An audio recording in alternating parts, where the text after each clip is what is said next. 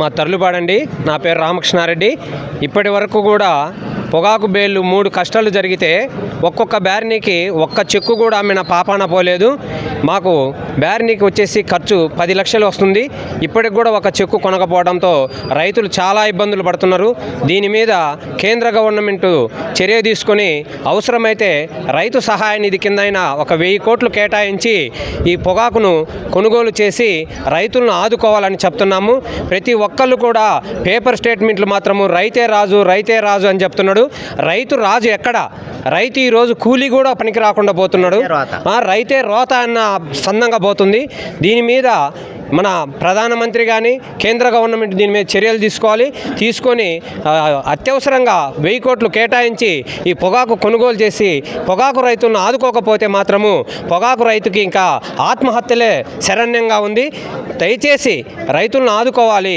ఊరికే పేపర్ స్టేట్మెంట్లు రైతే రాజు అంటాం కాదు, ఆ రైతును ఆదుకునే విధంగా కూడా చర్యలు తీసుకోవాలని మేమందరం కూడా కోరుచున్నాం. తర్లుపాడు నుంచి వచ్చామండి. తర్లుపాడు కస్టడీ రిజోర్ట్, తర్లుపాడు, సీతానాగులవరం, మార్కాపురం, సూర్యపల్లి, ఈ 3 నాయుడిపల్లి, ఈ 4 గ్రామాల కష్టం జరుగుతుంది ఈరోజు. కానీ మేము రైతుకు గిట్టుబాటు ధర లేక బోర్డును కూడా ఆపేయడం జరిగింది. మాకు గిట్టుబాటు ధర ఇచ్చేంత వరకు కూడా ఈ విధంగా మేము నిన్న 440 చెక్కులు వస్తే వాటిల్లో 180 మాత్రమే కొని మిగతా అన్నీ కూడా నోబిడ్ చేసి తిరస్కరించడం జరిగింది. మాకు ఇక్కడి నుంచి దాదాపు 70 కిలోమీటర్ల దూరము. ఆ గ్రామానికి మేము పోవాలంటే ఒక్కొక్క చెక్కుకు వచ్చేసి 1000 రూపాయలు ఖర్చు వస్తుంది. ఇక్కడ పెట్టుకోవడానికి గోడం కూడా లేదు, అది కూడా పూర్తిగా నిండిపోయింది. నిండిపోవడం వల్ల సూపరింటెండెంట్ గారు ఇక్కడ పెట్టడానికి కూడా ఆస్కారం లేదు, మీరు నోబీడ్ అయినా తీసుకెళ్లాలని చెప్తున్నారు. ఆ విధంగా రావడానికి పోవడానికి రవాణా ఖర్చు కూడా రావటం లేదు. ఒక్క చెక్కు వచ్చేసి 1000 రూపాయలు ఖర్చు వస్తుంది. 10 చెక్కులు తెచ్చిన రైతుకు ఒక్క చెక్కు అమ్మితే ఆ చెక్కు డబ్బులు ఈ రవాణా ఖర్చుకు కూడా సరిపోక చాలా ఇబ్బందులు పడుతున్నారు. దీని యందు గవర్నమెంటు ఆఫీసర్లు అధికారులు అందరూ కూడా దీని మీద చర్యలు తీసుకొని రైతుకు న్యాయం చేసే విధంగా చర్యలు తీసుకోవాలని కోరుచున్నాం.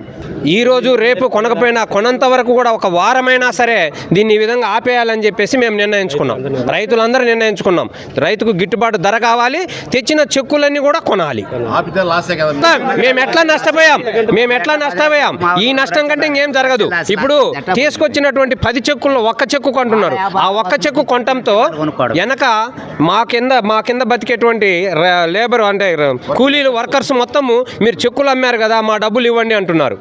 ఒక్కొక్క బ్యాన్కి వచ్చేసరికి 2 లక్షల రూపాయలు ముందు వాళ్ళకి ఇవ్వాలి, కొట్టిన వాళ్ళకి. ఈ డబ్బులు ఒక్క చెక్ అమ్మితే వచ్చేది 20,000. ఆ 20,000 తీసుకెళ్ళి ఎవరికి ఇవ్వాలి?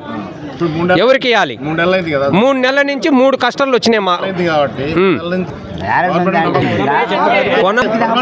ఉందా లేదా అనేది తర్వాత ఈ రాష్ట్ర గవర్నమెంట్ కూడా ఈ రైతుల మీద చూసి కేంద్రం మీద ఒత్తిడి తీసుకొచ్చి కొనే విధంగా చేయాలి.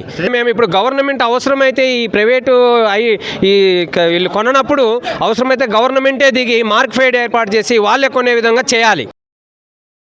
మరిన్ని అప్డేట్స్ కోసం ఛానల్ను సబ్స్క్రైబ్ చేయండి. నోటిఫికేషన్స్ కోసం బెల్ ఐకాన్ పై క్లిక్ చేయండి.